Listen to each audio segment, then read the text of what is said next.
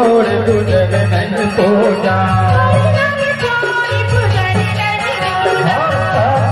ईश्वर साधन को जा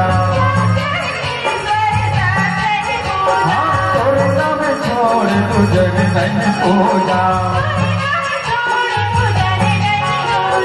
अजमोर सुन बाबा याद विराज हो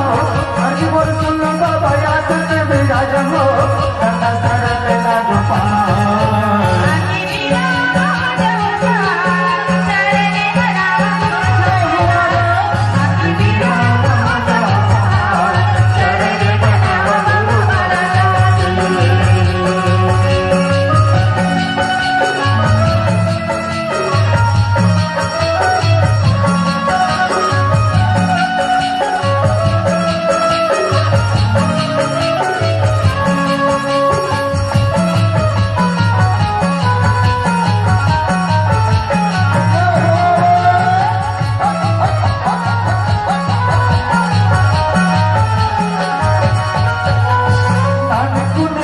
बाबा तोरे गुण गावत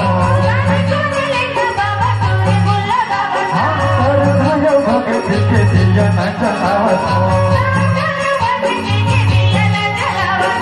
आज गुण लेका बाबा तोरे गुण गावत और भयो भगत के दिया न जलावत अजमोर सुन बाबा याद विराज हो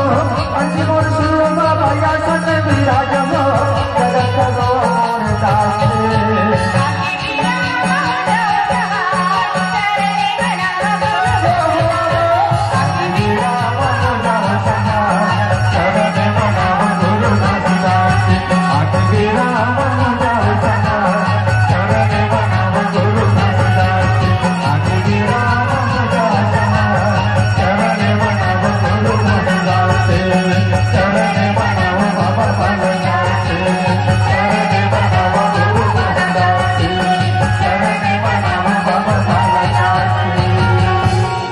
गुरु भास्कर बाबा की